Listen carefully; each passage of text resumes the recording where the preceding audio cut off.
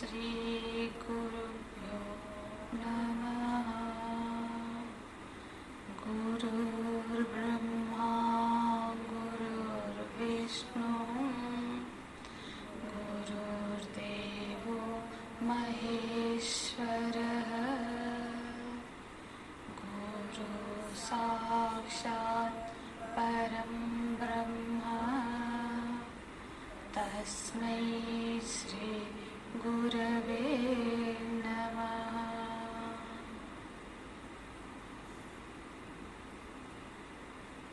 सदाशिवसमारम्भाः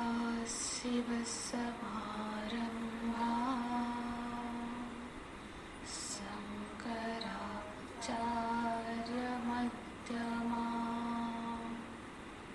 अस्मदाचार्यपर्यन्ताः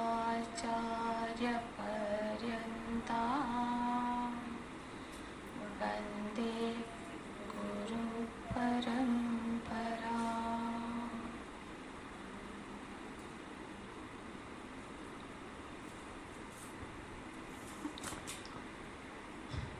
ॐ आप्यायन्तु ममङ्गानि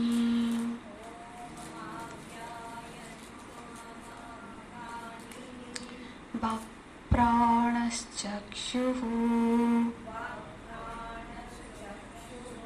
श्रोत्रमथो बलमिन्द्रियाणि च सर्वाणि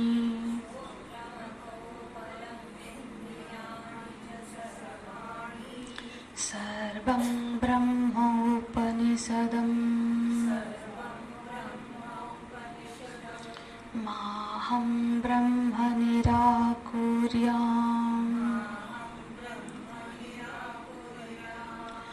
मा ब्रह्म निराकरोत्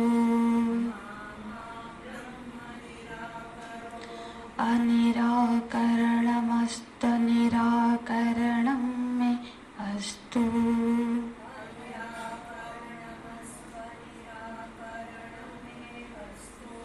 तदात्मनि निरतेय उपनिषत्सु धर्माः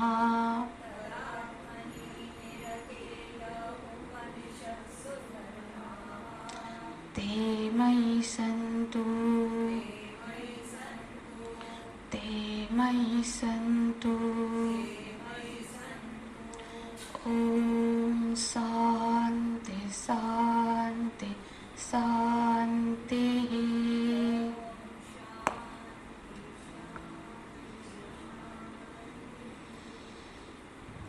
श्लोक का पाठ करेंगे, मंत्र का पाठ करेंगे।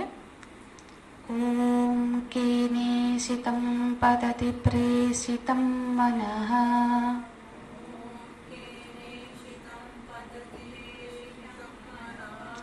केन प्राणप्रथमप्रेतियुक्तः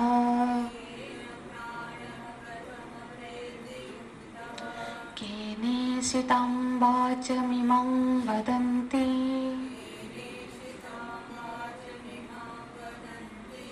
चक्षुश्रोत्रं कौदेवो नक्ति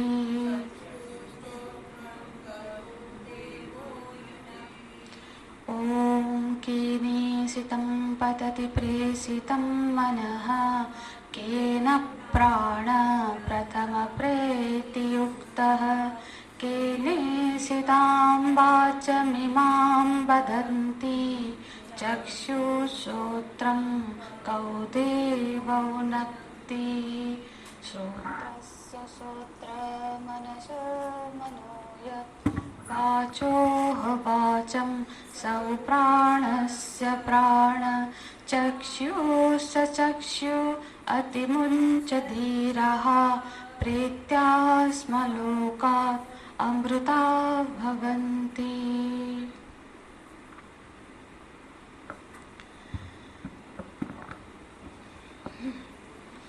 श्रुति माता अब उत्तर प्रारंभ करती है। बोलते हैं श्रोत्रस्य श्रोत्रम। प्रश्न क्या था? प्रश्न देखिए सभी।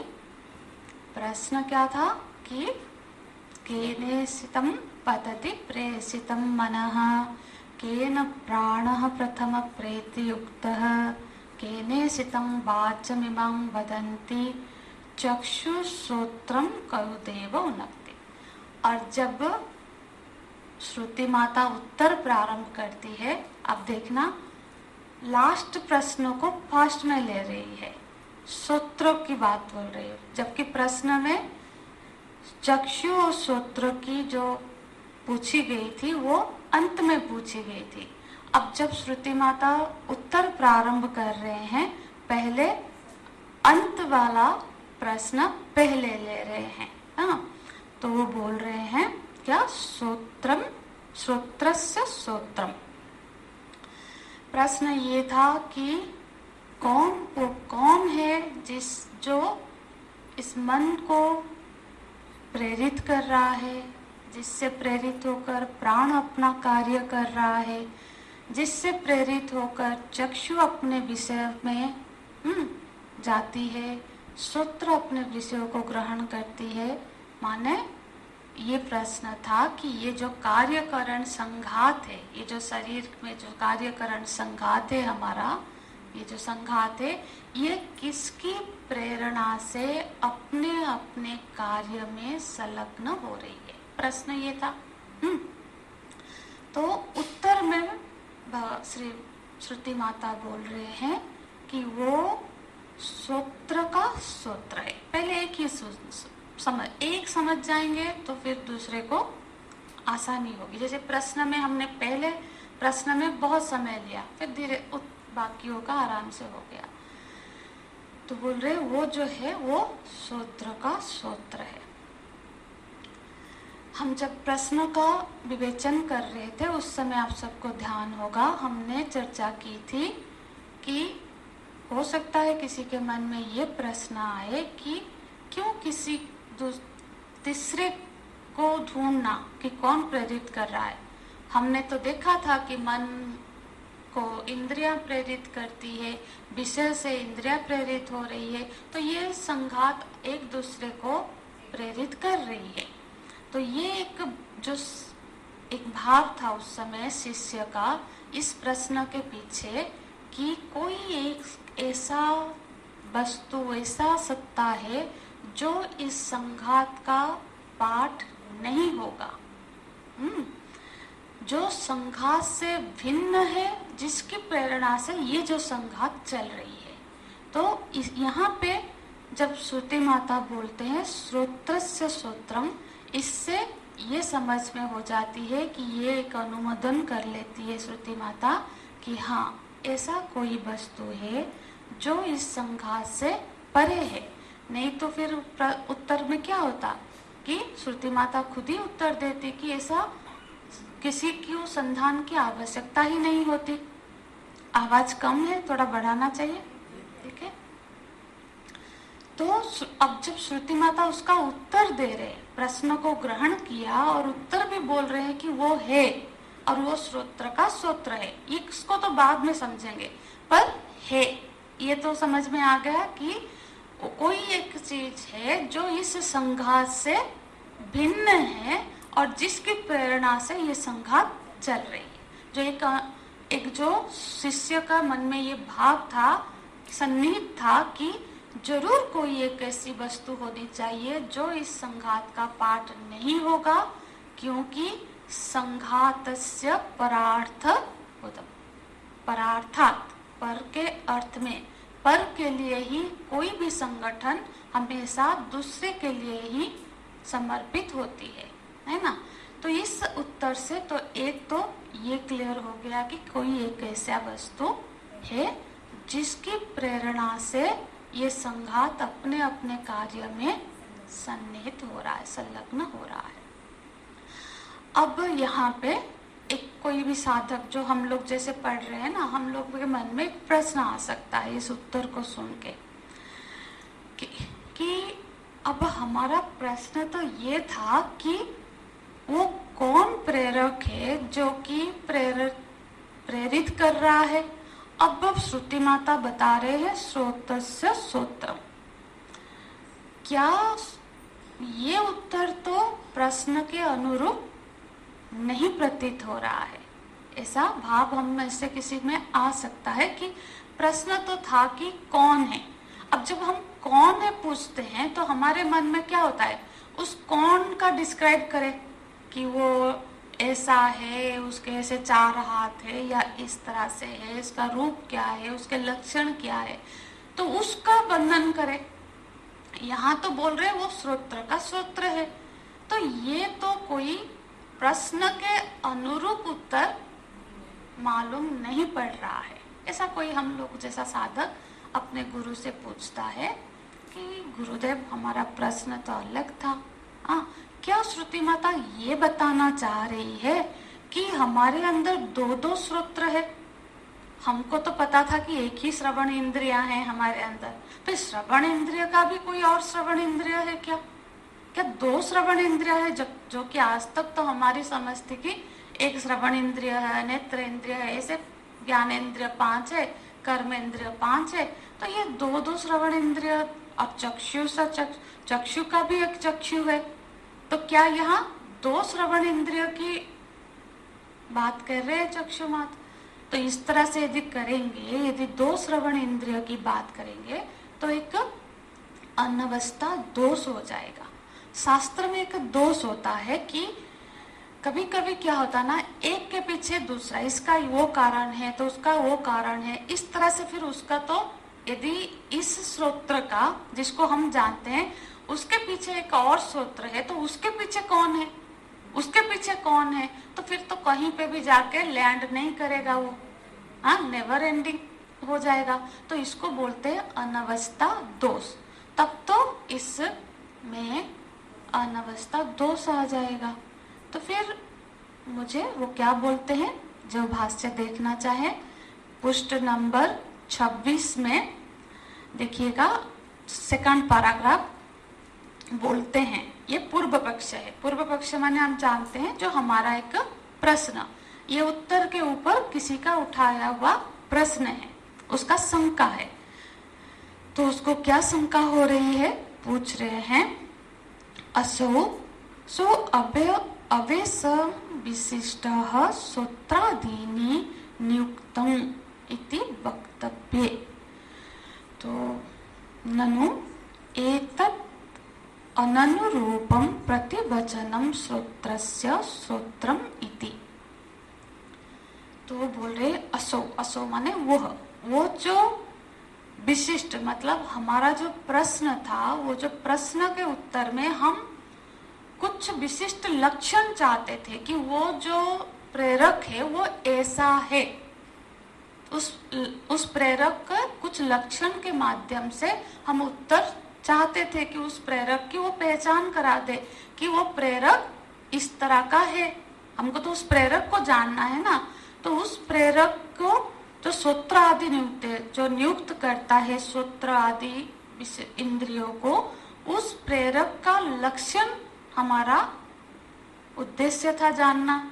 और यहाँ पे जो प्रतिवचन माने जो उत्तर हुआ है कि सूत्रस्य सूत्रमिति, ये ननु एतत् अनुरूपम, ये प्रश्न के अनुरूप नहीं है।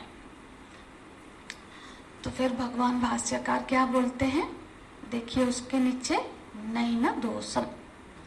भगवान शंकराचार्य जी बोलते हैं नहीं बेटा, इसमें कोई दोष नहीं है, प्रश्न में ये जो उत्तर में कोई भी दोष नहीं है। किस तरह से नहीं है हम इसको समझते हैं, आगे भाष्य देखेंगे। देखो, हमने कभी किसी कक्षा में चर्चा की होगी, शायद तत्वबोध के जब अध्ययन कर रहे थे, एक शब्द हमने बताया था निर्वचन। जब हम किसी की पहचान कराते हैं, किसी के बारे में निर्वचन करते हैं, मतलब बोलते हैं, किसी के भी बारे में बोलने के लिए 5 माध्यम होते हैं, छठा माध्यम नहीं हो सकता, 5 माध्यम के आवश्यकता है। उस 5 माध्यम में से किसी भी एक माध्यम के सहारे ही हम किसी की पहचान करा सकते हैं, किसी के बारे में बोल सकते हैं। तो ये माध्यम क्या है, एक है नाम, किसी की पहचान हम कैसे कराते हैं, उसका नाम बोलते हैं, ये है तभी तो उसकी पहचान हम कराते हैं। नाम, रूप, वो ऐसा दिखता है, उसका गठन क्या है। नाम, रूप, गुण, वो बहुत बड़ा संगीतज्ञ है, कुछ भी, किसी का किसी गुण। नाम, रूप, गुण, कार्य और संबंध, ये 5 माध्यम से ही किसी का निर्वचन हो सकता है, किसी की पहचान कराई जा सकती है। ठीक है, ये 5 चीज यदि ना हो ना, आप किसी की पहचान, किसी के बारे में बोल नहीं सकते हो। आप किसी के बारे में बोलना चाहते हो तो कैसे बोलोगे? या तो उसका नाम बोलोगे, या फिर वो कैसा दिखता है बोलोगे, हाँ, या फिर वो क्या, उसके कुछ विशेष गुण है तो वो बोलोगे, या फिर उसके कार्य, वो ये है वो है उसके कार्य, या फिर वो उसके पिता है, क्या संबंध है, उस हिसाब से बोलेंगे। उसके अलावा और कोई प्रक्रिया है क्या किसी के बारे में किसी को पहचान कराने की? और यहाँ पे जिसके बारे में हम पूछ रहे हैं उस तत्व का ये 5 माध्यम से पहचान नहीं हो सकती। कैसे? नाम कैसे? देखो, व्यवर्तकम नामत्वम, व्यवर्त मतलब जो किसी से भिन्न हो उसका नाम होता है। जैसे 1 है, 2 है, 3 है, इसका एक नाम हुआ, उसका एक नाम हुआ, उसका एक नाम हुआ। भिन्न भिन्न होगा तभी तो नाम होगा। जो एक ही है, जो किसी से भिन्न नहीं है, उसको फिर कैसे नाम दोगे? नाम से तो उसका फिर पहचान नहीं करा सकते। 2 होंगे तो ये है और ये है, एक ही है तो उस एक वस्तु का नाम कहाँ होता है? जहां 2 भिन्न होगा, एक से दूसरा भिन्न होगा, तभी तो हम नाम देंगे ना उसको। एक ही चीज है, उसको क्या नाम दोगे? जब वो किसी से भिन्न है ही नहीं तो उसको नाम से हम पहचान नहीं करा सकते।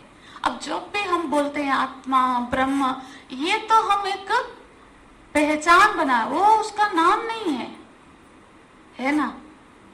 फिर ब्रह्म मतलब क्या, उसको फिर तो बताना पड़ेगा ना। तो नाम यहाँ घटित नहीं होगा। रूप, जो अरूप है, रूप कहाँ होगा? आकार होगा, है ना? तो यहाँ क्या कोई रूप है कि वो मोटा है, पतला है, काला है, वो बड़ा सा है, विशाल है? किसी भी माध्यम से किसी भी रूप को बताकर हम इसका निर्वचन नहीं कर सकते।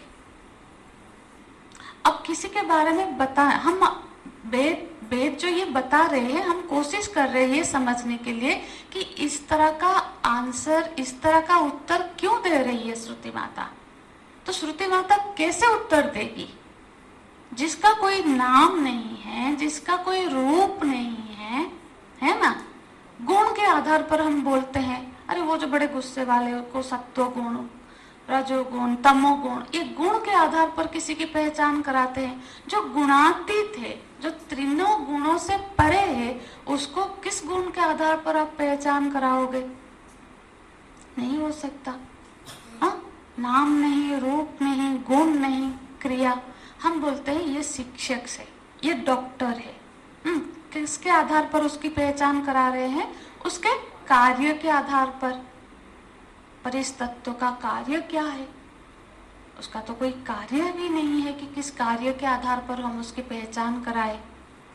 और संबंध हमेशा 2 में होता है। 2 होंगे तभी संबंध होगा। ये उसके बेटे है, सखा है, पत्नी है, पति है। दो कहीं पे ना हो तो संबंध तो नहीं हो सकता। तो फिर यहाँ संबंध भी नहीं बनता है। तो फिर जो निर्वचन करने की, बोलने की, किसी को पहचान कराने की जो हमारे हाथ में मापदंड है, वो सारे मापदंड यहाँ पे सिद्ध नहीं हो रहे हैं। तो फिर वो उसको कैसे बोले, है ना? हम समझेंगे, ऐसा नहीं कि बोलेंगे नहीं तो हम छोड़। पर श्रुति माता फिर भी एक आलंबन देती है। उस आलंबन को आधार करके हमको उस तत्व को समझना है, क्योंकि यहाँ शब्द की अपनी सीमा है ना? भाषा की, शब्द की अपनी सीमा है। और ये भाषा और शब्द के परे की चीज है, जिसको भाषा में शब्द में निर्वचन नहीं किया जा सकता, अनिर्वचनीय। तो ये जो अनिर्वचनीय तत्व है, उसका निर्वचन श्रुति माता कर रही है श्रोत्रस्य श्रोत्रम। हमको ये समझने का हम प्रयत्न कर रहे हैं कि ऐसा शब्द, कल जब लास्ट कक्षा में हमने ये उत्तर सुना, हम सब अरे ये क्या उत्तर है, ये प्रश्न ऐसा सबके मन में आ गया। तो ये उत्तर क्यों दिया गया? क्योंकि इस तरह का उत्तर के व्यतिरिक्त और कोई उत्तर देने की माध्यम नहीं है, है ना। यदि हम इसको पकड़ ले तो फिर हम उस लक्ष्य तक पहुंच जाएंगे। तो क्योंकि यहाँ पे जो सारे माध्यम है वो इस तत्व पर सिद्ध नहीं होती है, इसीलिए यहाँ पे जब प्रश्न आया तो गुरु उत्तर तो देंगे, इसीलिए वो बोल रहे हैं श्रोत्रस्य श्रोत्रम, उसको तुम जानो।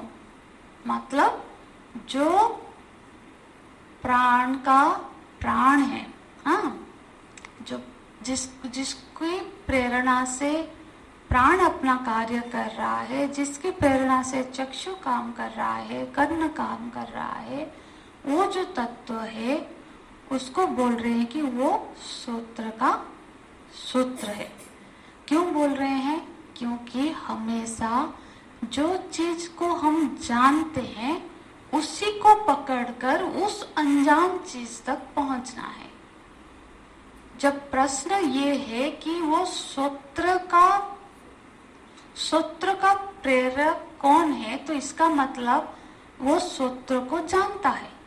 अब जब इंद्रिय हमारे अनुभव के विषय है, जो हमारा अनुभव का विषय है, जिसको हम जानते हैं, उसी आलंबन को पकड़ के उस तत्व तक हमको पहुंचना है। इंद्रिया सबका अनुभव का विषय है ना, हाँ। तो यहाँ पे श्रुति माता हमको एक जिम्मेदारी दे रही है, क्या? कि आप तब ध्यान में बैठो, ध्यान में बैठकर उस तत्व का अनुसंधान करो जो सूत्र में सूत्रत्व प्रदान करती है, हाँ। उस सत्ता जो इस सूत्र को सत्ता प्रदान करती है, चेतना प्रदान करती है। क्योंकि ये जो कर सूत्र है ये तो इटसेल्फ अपने आप में काम नहीं कर सकता, तो वो कौन है जो इसको सत्ता प्रदान कर रहा है, उसको ढूंढो, उसको खोजो। अब श्रुति माता, जब हम श्रुति के शरण में आए हैं, वेद के अध्ययन कर रहे हैं, वेदांत का, तो वो तो हमको ऐसा मानती है कि ये तो थोड़े उच्च कोटि के साधक है, इन सूत्रों को जानता है। तो फिर वो बोल रहे हैं अब इसको पकड़कर तुम ध्यान करो और उसका अनुसंधान करो। पर हम लोगों की स्थिति क्या है? हमको तो सूत्र भी नहीं पकड़ में आ रही है, क्योंकि हम इतनी बाह्य में घूमते हैं, हम शब्द में ही चल रहे हैं। कभी बैठ के सोचा नहीं कि ये सूत्र इंद्रिय होता क्या है, हाँ। तो हमको और भी पीछे से शुरुआत करनी है, बैठ के सोचना है, ध्यान करना है कि ये सूत्र इंद्रिय क्या है। एक शब्द आया तो अंदर कौन है जिसने उस शब्द को जाना, शब्द को पकड़ा। मतलब वो इंद्रियों तक भी हमारी अभी पहुंची नहीं है, वो तो इंद्रिय से आगे की बात बता दिया है ना। क्योंकि तू सूत्र के बारे में पूछ रहा है तो तुझे तो पता है, तू अब उसका कौन सत्ता प्रदान कर रही है उसको ढूंढ। पर हमको क्या करना है? हम तो अभी तक शब्द में ही गिरे हैं, बाहर चीजें में। तो हमको क्या करनी है? अभी उस इंद्रियों को बैठ के पहचान करनी है। इंद्रिय पहले हमारे पकड़ में आए तो उस इंद्रियों को पकड़कर फिर उसको जो सत्ता प्रदान कर रहे हैं उस तक पहुंचेंगे। ठीक है, तो ध्यान के लिए कुछ आलंबन पकड़ा रही है कि बैठकर ध्यान करो कि वो कौन है जिसके होने से ये सूत्र इंद्रिया कार्य कर रही है, जो इस सूत्र को सूत्रत्व प्रदान कर रही है, चेतनता प्रदान कर रही है, वो जो है, वो जो सूत्र का सूत्र है, वही प्रत्येक आत्मा है। कैसे? देखो, हम उदाहरण लेंगे तो प्रयत्न करते हैं कुछ उदाहरण से समझने की। जैसे कि हम भक्ति है, ठीक है, कोई भक्त है, भक्त की बड़ी प्रतिष्ठा है, कोई सेवक है, ठीक है, तो सेवक की प्रतिष्ठा उसके मालिक के प्रतिष्ठा से है ना। जैसे ही हम एक भक्त है, तो भक्त की जो प्रतिष्ठा है, जो नाम है, वो किससे आधार पर है? उसके भगवान के आधार पर है। हाँ, तो फिर जो वो प्रतिष्ठा किसकी हुई? भगवान की हुई। जब भक्त की प्रतिष्ठा भगवान के कारण है, तो फिर वो प्रतिष्ठा किसकी है? भगवान की है। तो इसी तरह से सूत्र को जो श्रोतृत्व प्रदान कर रहा है, हाँ, तो वो किसका है? उस श्रोतृत्व किसकी है? उस आत्म तत्व की है, जो उसको सत्ता प्रदान कर रही है। ठीक है, देखो ऐसे भी नहीं हो रहा है, तो अब हम और इसको और समझ रहे हैं। क्यों इस तरह से उत्तर देने की नौबत आई? क्यों इस तरह से सूत्र बोलने की नौबत आई? क्योंकि विडंबना ये है कि हम उस आत्म तत्व की, मतलब उसको किससे हम प्रमाणित कर रहे हैं? इंद्रिय की कार्यों को देख के उसके होने का प्रमाण हो रहा है। अब हम सब है, जीवात्मा ही, देखो आत्मा ही नहीं, जीवात्मा, हम सब में जीवात्मा है, ये भरोसा तो हम करते हैं। आधार क्या है कि हमारे अंदर, हम सबके अंदर वो जीवात्मा है, इसकी भरोसा हम कैसे कर रहे हैं? इसका आधार क्या है? इसका आधार है इंद्रियों का व्यवहार। जब तक इंद्रियां व्यवहार कर रही है, तब तक हम बोल रहे हैं कि इसके अंदर जीवात्मा है। तो उस जीवात्मा को हम किसके माध्यम से पहचान कर रहे हैं? इंद्रियों की क्रियाओं के माध्यम से पहचान कर रहे हैं, है ना। तो इसीलिए इंद्रियों की क्रियाओं के माध्यम से हम उसको पहचान कर रहे हैं, क्योंकि उसका अपना कोई लक्षण नहीं है। तो इसलिए इंद्रियों के लक्षण थोड़ा सा सूक्ष्म है।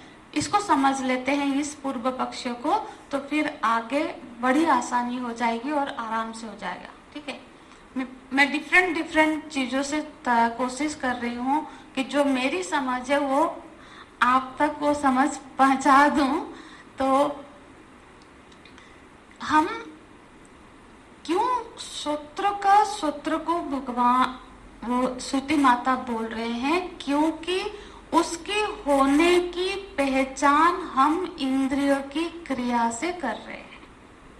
इंद्रियां क्रियाशील है, कार्य कर रहे हैं, यही हमको संकेत करता है कि वो एक चैतन्य सत्ता है ना। जिसके व्यवहार को देख के ही हम अनुमान कर रहे हैं कि इसके अंदर वो चैतन्य सत्ता है। ठीक है, इस लक्षण के आधार पर लक्षित कर रहे हैं। देखो, लक्षण होता ही यही है जहां पे भेद हो, भिन्न हो, एक से कोई भिन्न हो, तभी जाके लक्षण बता सकते हैं। जो भिन्न ना हो, किसी से भिन्न ना हो, उसको लक्षण से आप समझा नहीं सकते। जैसे आकाश में तारा है, चंद्रमा है, सूर्य है, तो मैं अब यदि बोलूंगी अरे चंद्रमा को देखो, तो अरे वो जो गोल गोल दिख रहा है, जो बिल्कुल शीतलता प्रदान कर रहा है, जो उजाला दिख रहा है, वो चंद्रमा है। बताया क्यों?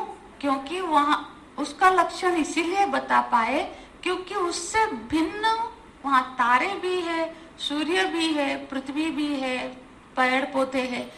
वहां उससे भिन्न दूसरे चीजें हैं, इसीलिए उसके लक्षण के आधार पर उसको पहचान करवा सके। पर ये जो तत्व है ये तो नेत्र इंद्रिय में भी है, ये तो श्रोत्र इंद्रिय में ही भी है, ये तो प्राण में भी है, ये तो सब में है ना। तो ये कोई अलग भिन्न चीज नहीं है कि उसको कोई लक्षण के माध्यम से आप बता दो। जो सब में है उसको कैसे लक्षण करोगे? सूर्य अलग है, चंद्रमा अलग है, तो हम उसको बोल सकते हैं सूर्य वो है जो प्रकाशमान है, ऐसा दिखता है, चंद्रमा वो है जो शीतल है।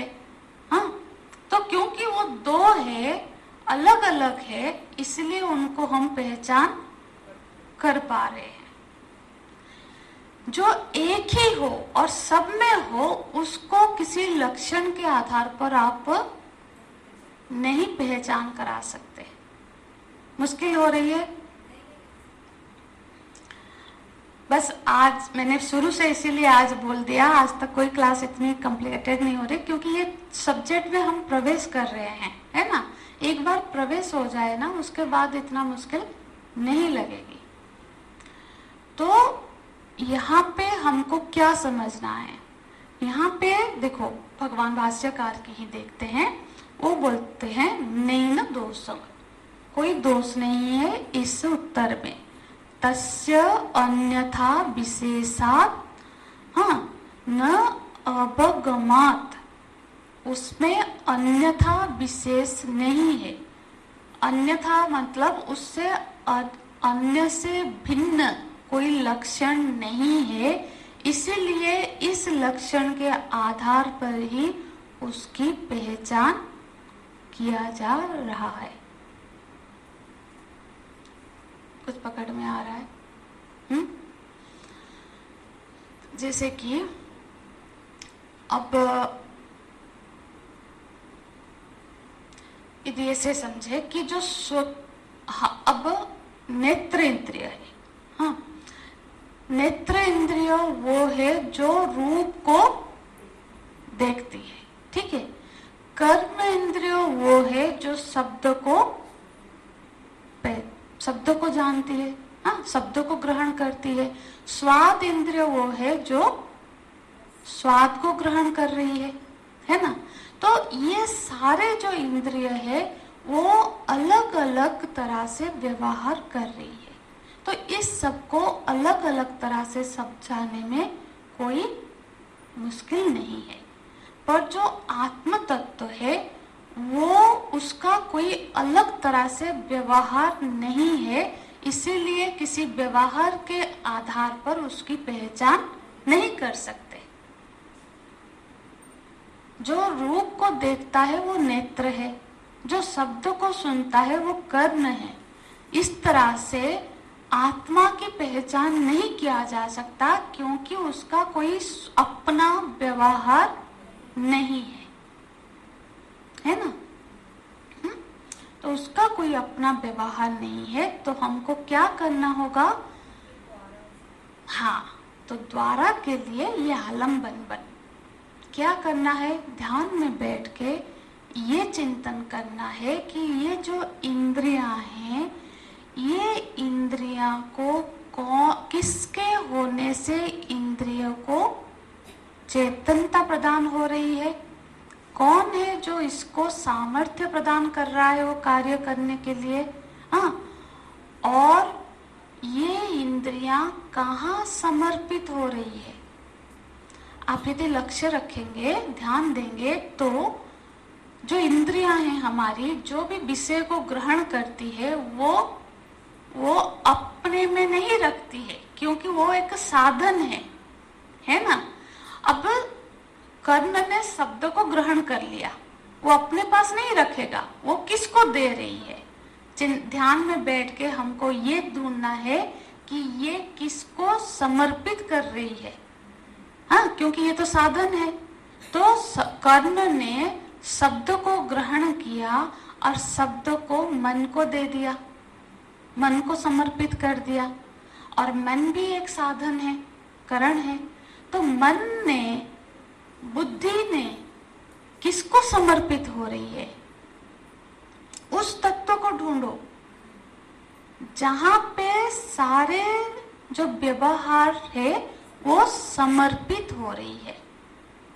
ठीक है, जो सारे इंद्रियां कहाँ, देखो आप यहाँ देख सकते हो 26वें नंबर के ही यहाँ पे भगवान भाष्यकार इसको थोड़ा सा और खोलते हैं। क्या बोलते हैं? यदि ही सूत्रादि व्यापार व्यतिरिक्तेन सो व्यापारेण विशिष्टः सूत्रादि नियुक्ता अवगम्यते दात्रादि प्रयुक्तवत्। बोलते हैं ये जितने भी इंद्रिय है वो अपना अपना विषय को लेकर वो किसको समर्पित करती है, वो जो है जहाँ वो सब इंद्रियां अपने अपने क्रिया को समर्पित कर रही है उस आत्म तत्व का अनुसंधान करो। ठीक है, क्योंकि उसका कोई स्वतंत्र लक्षण नहीं है। यहाँ उदाहरण देते हैं कि जैसे दात्रादि प्रयुक्तवत्, दात्रादि मतलब हंसिया जो घास काटने में या जो खेती में यूज होता है ना, हाँ दात्री। तो वो बोल रहे हैं, देखो थोड़ा सा उदाहरण दे रहे हैं, जैसे कि दात्री है, कोई एक किसान है जो उस दात्री से खेत में काट रहा है, खेत में काट रहा है। तो दात्री अलग है, किसान अलग है। ठीक है, दात्री जो है उसके आधार पर एक बार कभी हो सकता है किसान की पहचान हम करा दें, अरे वो जो खेत में काट रहा है वो किसान है। पर किसान की अपनी एक अलग पहचान है, उसका अपना नाम है, रूप है, उसकी अपनी पहचान है।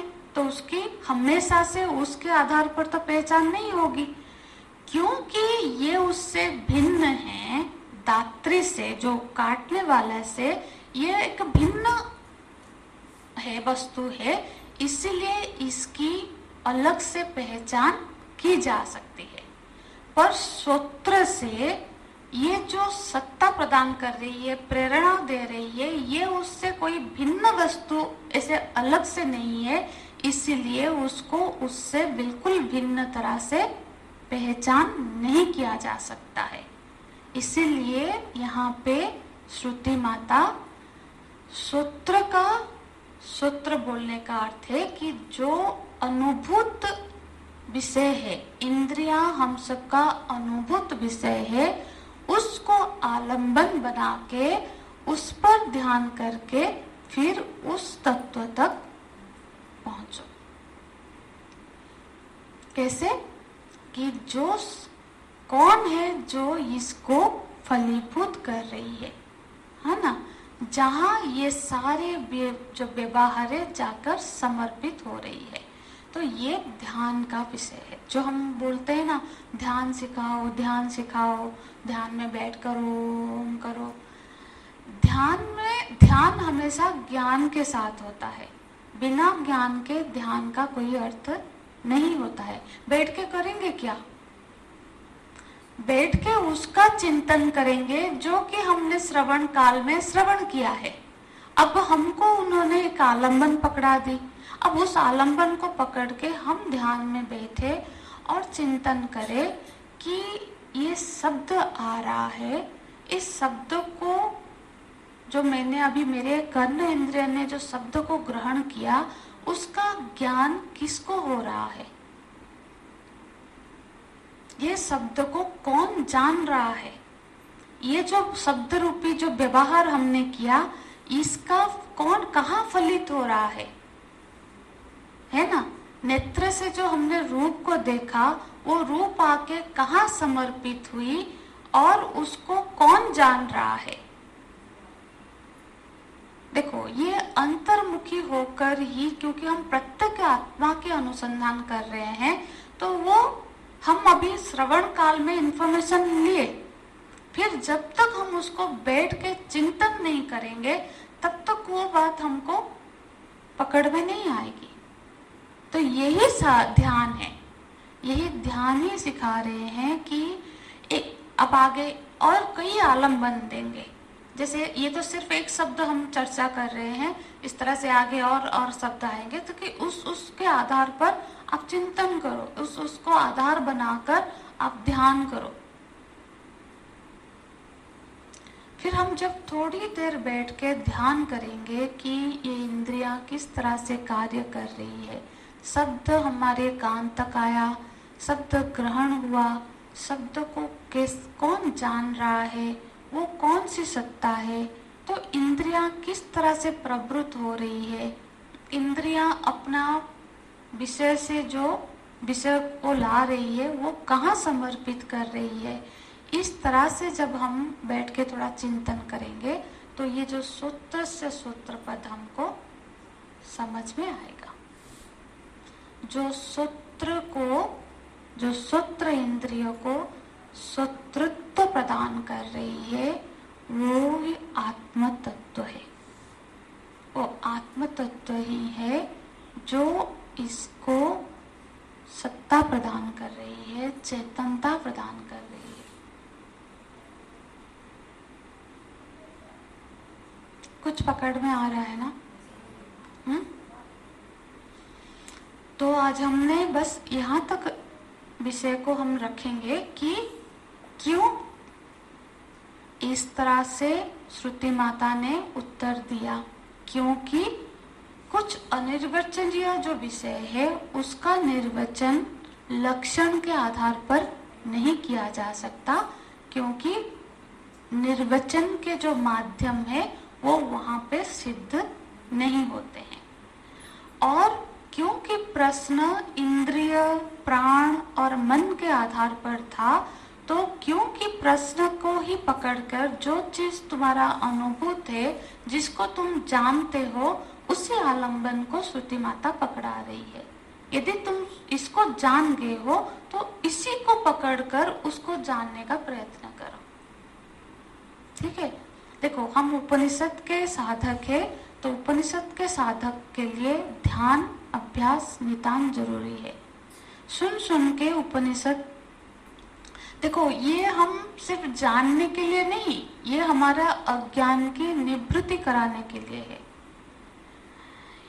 अज्ञान की निवृत्ति से मोक्ष प्राप्त हो सकती है, मुक्ति प्राप्त हो सकती है, हो जाएगी। तो ये इतनी बड़ी फल दे सकता है, तो इसको हमको थोड़ा गंभीरता से लेना है। ऐसा नहीं कि इसका पाठ किया तो धन संपत्ति वृद्धि हो जाएगी बेटे के साथ, नहीं, ये हमको ये जो जन्म मृत्यु के चक्कर से निकाल देगी, क्योंकि हमारा अज्ञानता ही हमारे जन्म मृत्यु का कारण है। इसीलिए उस अज्ञान को मिटाने की सामर्थ्य इस ज्ञान में है। इसीलिए हमको थोड़ा सा अंतर्मुखी होकर बैठकर इस पर चिंतन करना चाहिए। तो थोड़ी देर क्लास के बाद भी हम बैठे 2 मिनट 3 मिनट, तो आज के जो भी हमने अभी तक जो चर्चा की उसको थोड़ी एक बार रिमाइंड कर लीजिए, रिकैप की तरह। तो हम 5 मिनट का ध्यान करेंगे, उसके बाद सब उठेंगे। ठीक है? आज की कक्षा को थोड़ा सा रिवीजन करेंगे सभी अपने अपने मन में। ओम तत्सत। ओम पूर्णमदः पूर्णमिदं पूर्णात् पूर्णमुदच्यते पूर्णस्य पूर्णमादाय पूर्णमेवावशिष्यते। ओम शांति शांति शांति। हरि ओम। श्री गुरुभ्यो नमः। हरि ओम।